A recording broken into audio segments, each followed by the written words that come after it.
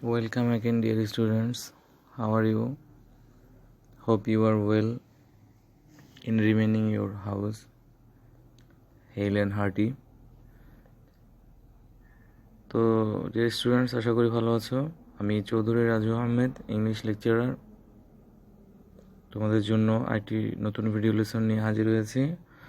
পূর্বের ধারাবাহিকতা রক্ষা করে আজকের আমাদের ভিডিও লেসনটা হচ্ছে পার্ট 3। তো ডিয়ার স্টুডেন্টস, আমাদের ভিডিও লেসন যে লেসন আইডেন্টিটি হচ্ছে English for today seen passage part 3। তোমরা জানো যে পার্ট 3 মানে হচ্ছে পূর্ববর্তী প্যাসেজটার answering question, choose the best answer এবং হচ্ছে তোমার অ্যান্সারিং কোশ্চেন। তো ডিয়ার স্টুডেন্টস, আমাদের লেসন টপিক হচ্ছে আজকে এ পিস মুভমেন্ট পার্ট 3, মানে প্রশ্নের উত্তর, চুজ দি বেস্ট অ্যান্সার এবং answering question. So dear students, আমরা সব প্রশ্নগুলোর উপর একটু লুক নিয়ে একটু দেখি সব প্রশ্নগুলো। Have a look on these questions, all these questions. 1. Choose the best answer from the alternatives. A peace movement is a or an dash movement, national, political, arms, anti-war. B. The common goal of a peace movement is to ensure sustainable hostility, to ensure peace that can be continued for a long time, to ensure diverse goals, to ensure peace temporarily. The word proliferation in the passage mean extension, prohibition, destruction, opposition. Military power is dash justice, similar to, alike, not equal to, not different than. Which of the following is the correct meaning of boycott? Discard, acceptance, hindrance, include. Answer the following questions too. A. What is the main purpose of a peace movement? B. What is the main characteristics of a peace movement? C. What things can play important role in securing peace to the world people? Write in your own words. D. Do you think war is a curse? If so, why? E. Describe the statement, military power is not equivalent of justice. তো dear students, আমরা সবগুলো প্রশ্ন একবার পড়ে নিয়েছি। তো আমরা এখন শুরু করব। তো শুরুতেই question number 1, choose the best answer from the alternatives. So dear students, let's start.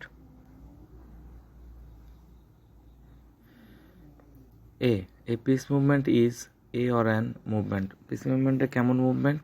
National, political, arms, anti war, যুদ্ধবিরোধী। একটা পিস মুভমেন্ট মানে হচ্ছে কি, একটা যুদ্ধবিরোধী আন্দোলন, অ্যান্টি ওয়ার টাইপের আন্দোলন। মুভমেন্ট মানে হচ্ছে আন্দোলন। তো এটা আমরা বুঝতে পেরেছি, আশা করি বুঝতে পেরেছো তোমরাও।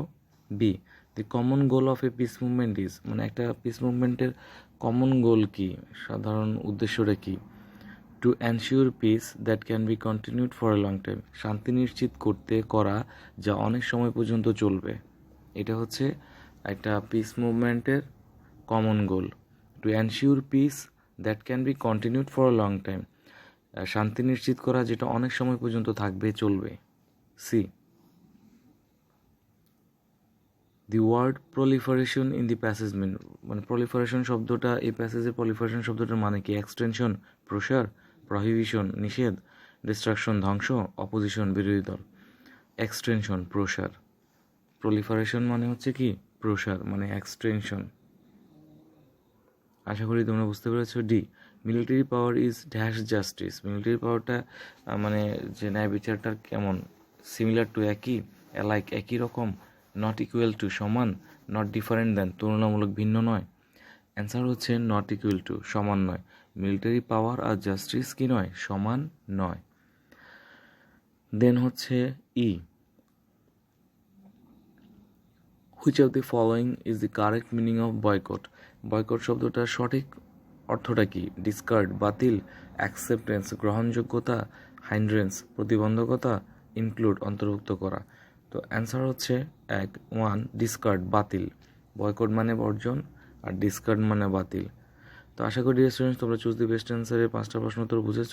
এখন আমরা চলে যাব কোশ্চেন নাম্বার 2-তে, যেখানে আছে অ্যান্সারিং দি ফলোয়িং কোশ্চেন্স, প্রশ্নের উত্তর লেখা, প্রশ্ন উত্তর দেয়া। সো আমরা শুরু করি। A, what is the main purpose of a peace movement? Peace মুভমেন্টের মূল উদ্দেশ্যটা কি? The main purpose of a peace movement is the sustainability of world peace, মানে ধারাবাহিকতা, বিশ্ব শান্তির ধারাবাহিকতা বজায় রাখাই হচ্ছে পিস মুভমেন্টের মূল উদ্দেশ্য। আশা করি বুঝতে পেরেছো। What is the main what is the main characteristic of a peace movement, একটা পিস মুভমেন্টের মূল বৈশিষ্ট্যটা কি? The main characteristic of a peace movement is sustainability of peace, এটা আমরা একটু আগেও পড়েছি, শান্তির ধারাবাহিকতা বজায় রাখা, এটা হচ্ছে মূল বৈশিষ্ট্য একটা পিস মুভমেন্টের। See, what things can play an important role in securing peace to the world people, কোন জিনিসটা বিশ্ব শান্তির প্রতিষ্ঠায় মানে ধারাবাহিকতা বজায় রাখতে পারে, গুরুত্বপূর্ণ ভূমিকা রাখতে পারে? রাইটিং ইউর ওন ওয়ার্ডস, তোমার যে শব্দ লিখেছো সেটা হচ্ছে banning of all nuclear, biological and chemical weapons and non-violent movement can play an important role in securing peace to the world people. এই জিনিসগুলা পিস সিকিউরিংয়ে কী করে? গুরুত্বপূর্ণ ভূমিকা পালন করে। D, do you think war is a curse? If so why, তুমি কি মনে করো যে মানে ওয়ার ইজ এ কার্স যদি হয় তাহলে কেন? Yes, I think war is a curse because it creates distrust among the nations by showing military power using dangerous technology and weapons. এটা কি করে? জাতিগুলোর মধ্যে একটা অবিশ্বস্ততা সৃষ্টি করে, কিসের মাধ্যমে?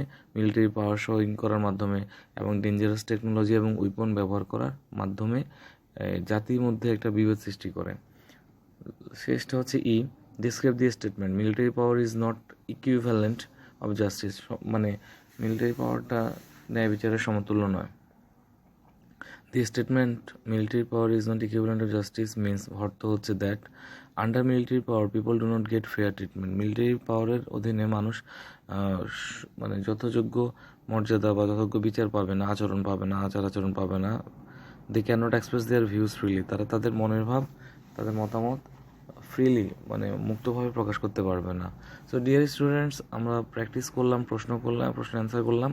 তো তোমাদের বাড়ির কাজ থাকবে হচ্ছে practice the answer of the questions again and again.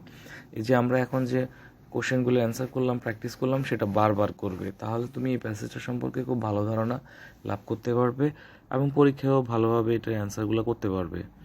So dear students, আমাদের পরবর্তী ভিডিও লেসন দেখার আমন্ত্রণ জানিয়ে তোমাদের থেকে এখানেই বিদায় নিচ্ছি। সবাই ভালো থাকবে, সুস্থ থাকবে, স্বাস্থ্যবিধি মেনে চলবে, শারীরিক দূরত্ব বজায় রাখবে, মাস্ক পরিধান করবে, হাত ভালোভাবে পরিষ্কার করবে 20 সেকেন্ড ধরে।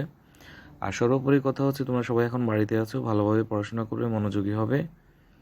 তো এই বলে তোমাদের থেকে বিদায় নিচ্ছি, পরবর্তী ভিডিও লেসন দেখার আমন্ত্রণ জানিয়ে সবাই ভালো থাকবে, সুস্থ থাকবে এবং বাসায় করোনাকালীন সময়ের এই সময়টা কাজে লাগিয়ে পড়াশোনা করবে।